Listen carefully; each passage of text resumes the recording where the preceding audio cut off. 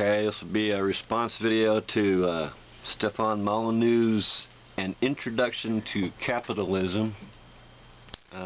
So, first 5 minutes or so, he talks about philosophy must be consistent, and I would agree, but he doesn't mention that you need to be consistent and true. You need to be making truthful statements that are consistent. He's saying we can't have different definitions of property, which I think we can. There's personal property and private property, or capital. And I would say, he goes on to talk about the state taking, through taxation, and just because there's different definitions of property doesn't mean that the state can come in and say we can take because we say so. He talks about at a certain level of income there's no taxation, and then above that level they can tax, and I would agree that there's no justification for that. Anyhow, so now I'm going to play about a little less than a minute of where he gets into his argument. So the question around control of resources, first and foremost, comes to the question of control of your own self, self-ownership. Do I have control over my dancing phalanges, as Bones says? Do I have control over my own body? Because that's the primary resource. And anything that you say about the body, you have to say about other forms of property, because the body, I know we've got this big mind-body dichotomy in Western philosophy. Blow that aside for a moment. My body is my resource. I shake my money maker as. So yeah, that that's not true. A better way of saying it would be that your money maker shakes you. That's just the way it is.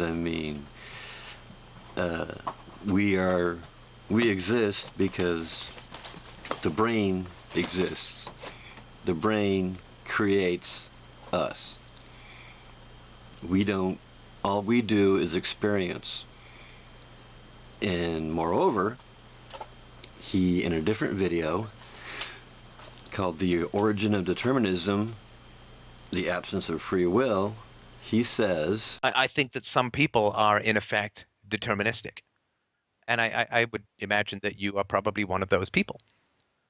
And so let me ask you a couple of questions about that. Have you ever engaged in personal therapy, psychological counseling, therapy of any kind?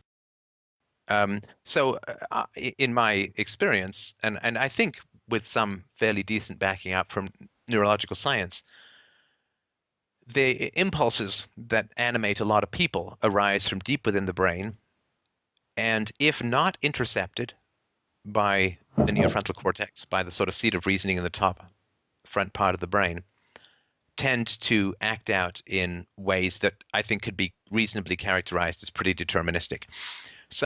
So there we go. So we got a problem with consistency, I would say. He's arguing that first he's saying that he shakes his moneymaker somehow. He magically, through therapy, he is now shaking his moneymaker, whereas other people who haven't gone through therapy are deterministic. In other words, they are not in control of their bodies. So how do we determine, since we lack consistency here, how do we determine who is shaking their moneymaker and who is not? Well, the answer is we're all deterministic. So, and this question is really, I think, kind of irrelevant, just because, whether we own our bodies or not, doesn't mean that somebody else can own us or take what we have gained through laboring. We experience unpleasant sensations in laboring. We, you know, if I had the choice, I'd rather just wish things into existence. But in this world, we have to labor for them. I gave an example in a previous video where if I, you know, and when I use I or we or you know, loosely, I mean, I'm experiencing. I'm not the agent.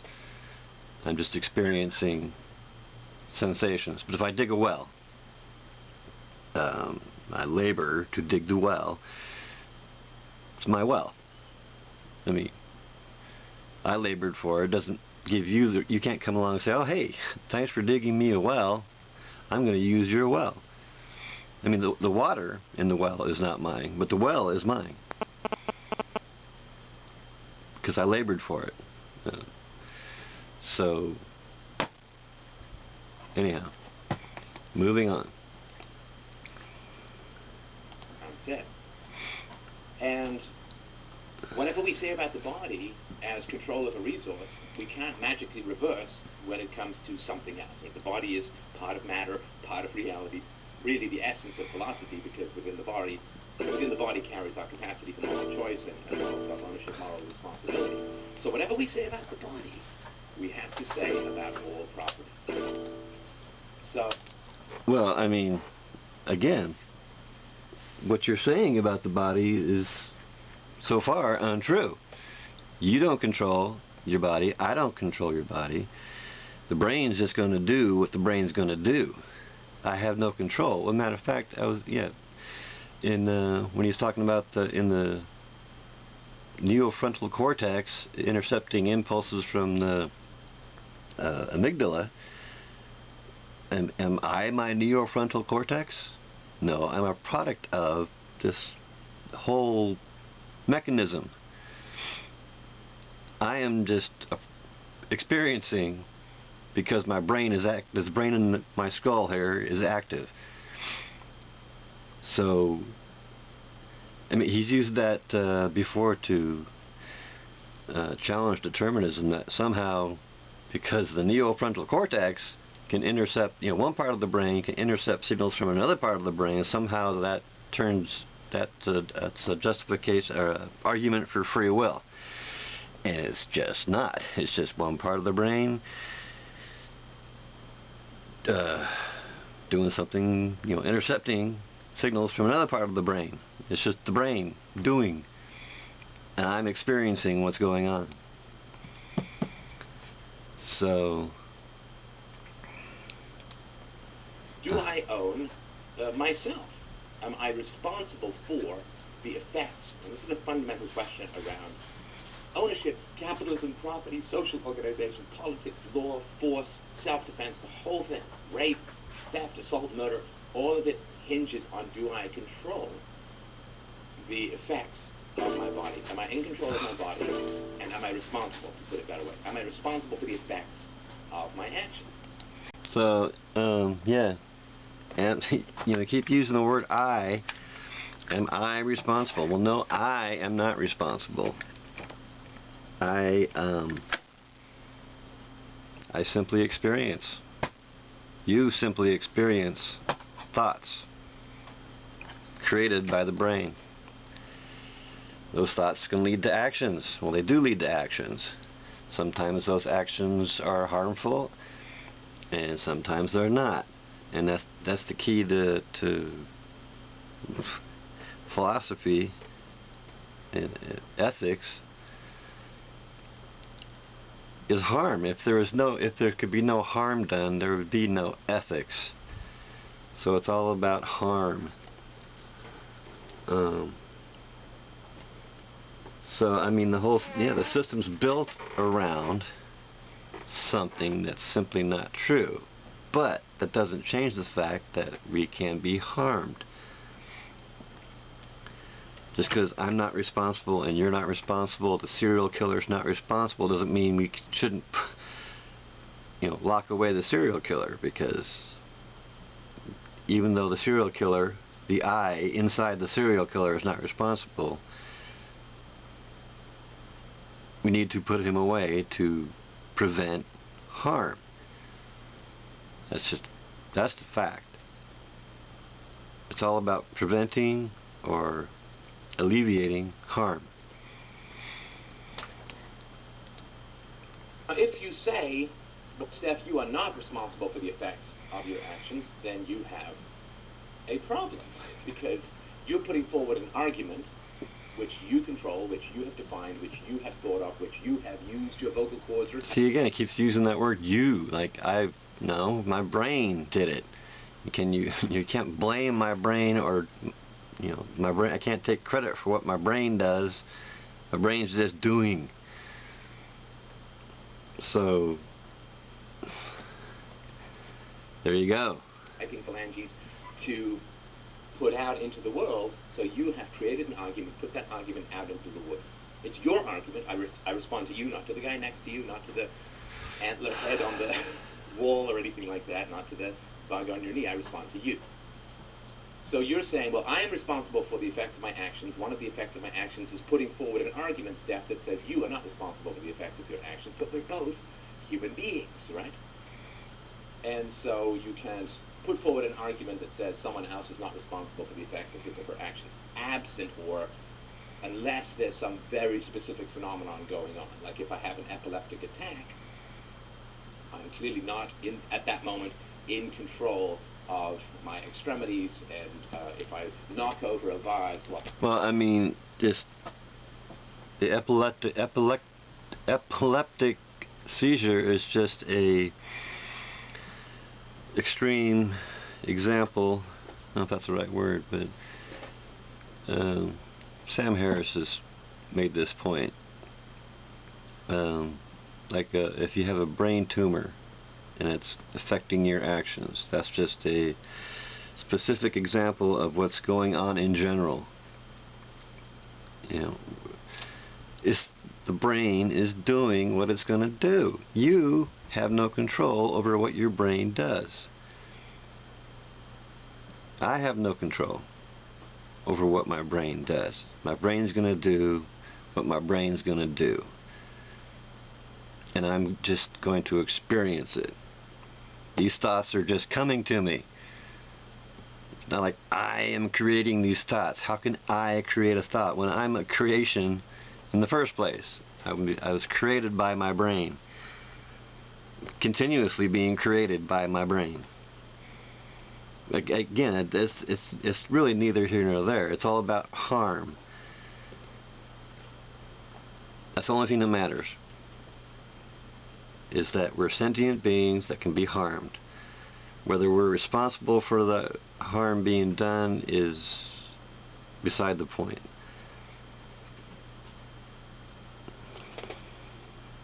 Having an epileptic attack, nobody's going to charge me with willful destruction of property. It's bad. That having been said, if I know that I have epileptic attacks and I drive and then I have one of these attacks, then I am responsible because I knew this was a possibility. And you get that itself. Yeah, well, I mean, yeah, if I knew I could have a seizure while driving, I drive anyhow. It's not like I made a decision. My brain, for whatever reason, this particular brain, I don't think would do that. If I knew I had epilepsy, I think I would take the bus. But that's just thoughts that occurred to me. Thoughts that this brain created. So this doesn't really just because he's basing his argument on something that's false doesn't mean that capitalism's good or bad. I mean, I think he mentioned, this is a mixed economy, so it's not right now. This isn't really capitalism as he would define it.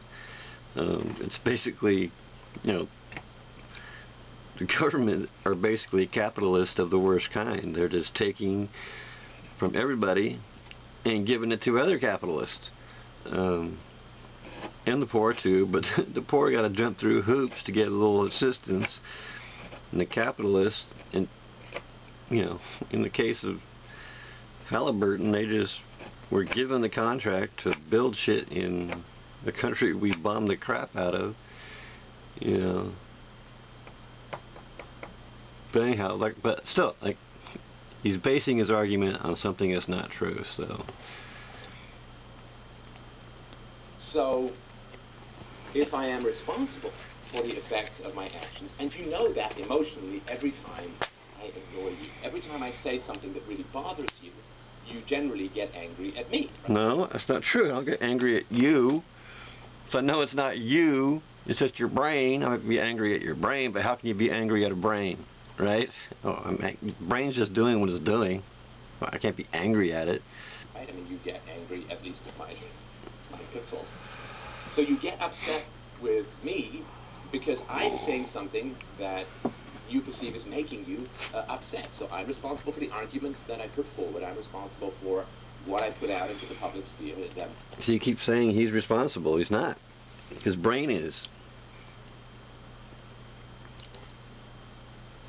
So, I mean, whatever. My arguments, you know, I source them when I remember and where relevant, or where it's possible to source them. Hey, this word was not invented by me. This word was invented by...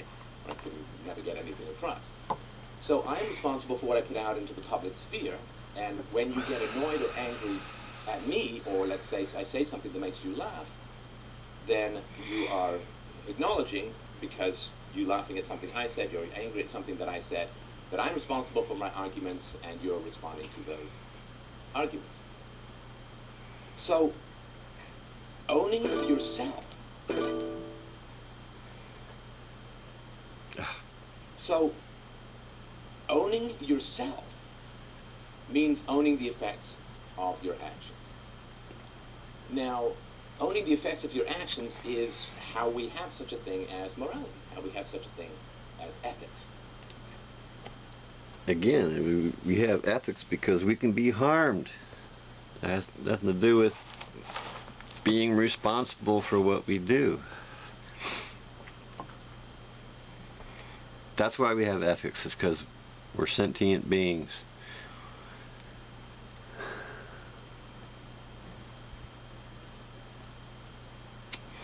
This program's screwing up. God damn. Fucking movie maker. Piece of crap. I don't know.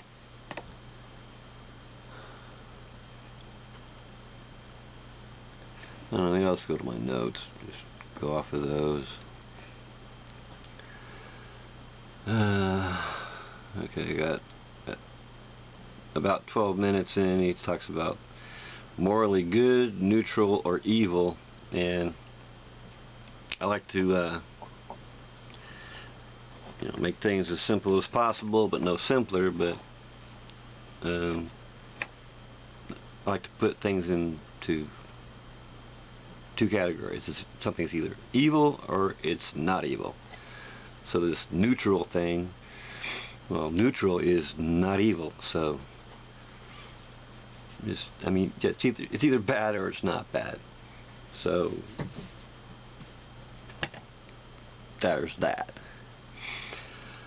Okay, then about 14 minutes he says property is that which has been converted to usable form. Yeah, I could agree with that. Then about 17 minutes 44 seconds he says you own that which you create, and I would put it, the fruits of your labor should be yours. In other words, you labor for something, someone shouldn't be able to come along and say, hey, you got more than me, I'm taking it, you know, type of thing. And I wanted to mention here that there's two ways of acquiring property. One way is to work for it, another way is to have it given to you. And quite often what's given to an individual is based on whose vagina you fall out of. So I would say that we're lacking in consistency here. And he goes on and talks about inequality. Or does he talk about that later? But whatever. At 1845 he says, those of us out there will say it's not fair. And he agrees, it's not fair. Life is about inequality. And he says, your beef is with Mother Nature. And apparently, yes. Is that a legitimate beef or is it not? Apparently, he thinks that since it's Mother Nature, you can't.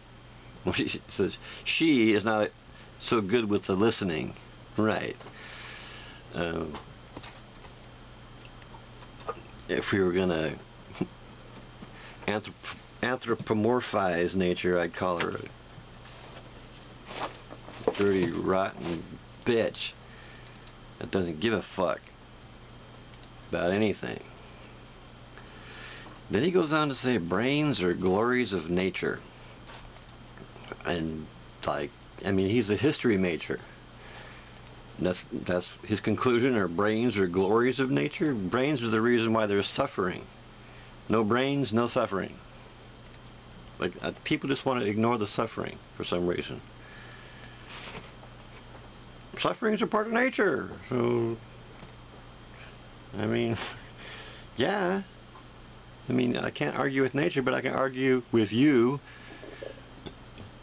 I can, again, it's not me, but just for simplicity, I am making the argument that nature sucks. He says we have developed this brain because of inequality. Well, apparently, since inequality is the reason why we have this rational brain, we can't complain about inequality. I don't get that. He says trying to erase inequality will be like trying to erase life itself. Yeah. Well, I mean, you don't have to erase it, but you can mitigate. I mean, you can stop bringing people into existence, sentient beings in general. You don't have to bring another being into an unfair world, do you now? That's another thing. He's never really given a good argument against anti-natalism. He kind of just glibly dismisses it like it's just so silly, not even worth discussing, because life is so wonderful. Brains are glories of nature, so we got to keep making more of them, right? And he says you can't erase inequality. Well, you can stop adding to it. Every time you bring another sentient being into existence, you just said, hey, inequality is cool because it gave us rational brains. So you must suffer because I think inequality is cool. Anyhow, last note I got, it says, capitalism equates to consistent property rights. Well, I mean, maybe, but you're basing it on stuff that just ain't true. I mean, maybe capitalism is the only fair way of doing things, but it's in an unfair world. Okay, here I want to mention something I heard on a financial radio program, which I think would be perfectly in line with Stefan's idea of capitalism, but talking about buying real estate for rent. You know, you buy real estate, get somebody to rent the property. In other words, they pay the mortgage for you. Then after so much time has gone by, you sell the property and take the profit. So that's the basic problem I have with capitalism, because that's basically what capitalism is getting somebody else to do the work for you. So there you go.